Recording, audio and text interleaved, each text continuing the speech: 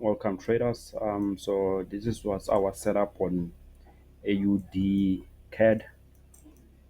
So I got stopped out break even on this trade.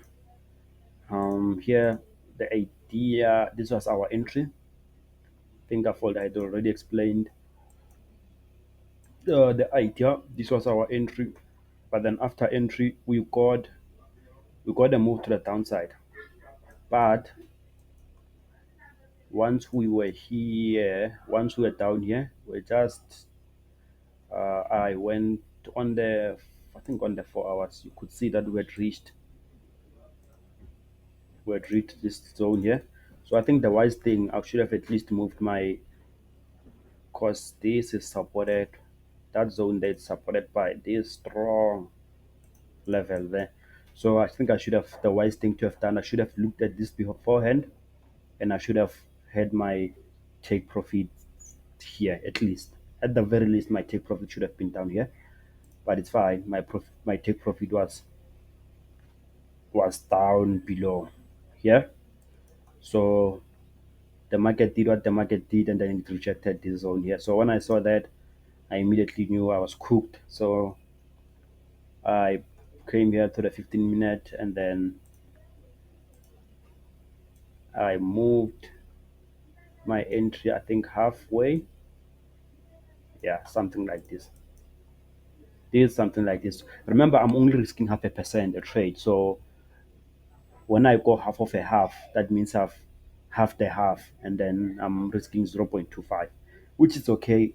At the most, I risk, I think, zero point 0.1. When I go my break evens are usually 0.1, 0.25, which I'm like, come on, like it's okay. I can take that loss.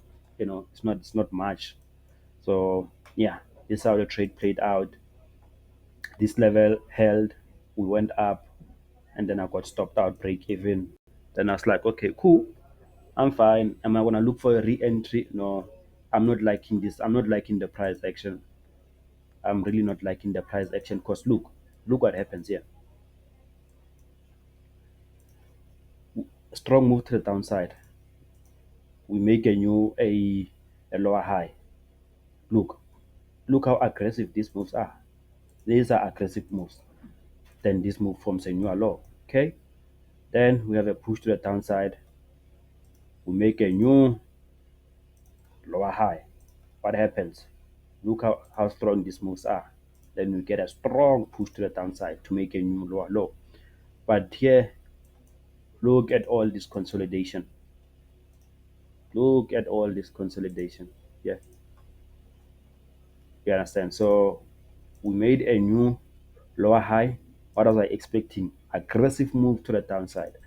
But that's not what you get. Instead, we are making all these consolidations here, and I'm just not interested. It's now becoming a very low probability setup, so I'm not interested anymore. I'm not gonna be looking for re-entries on this setup.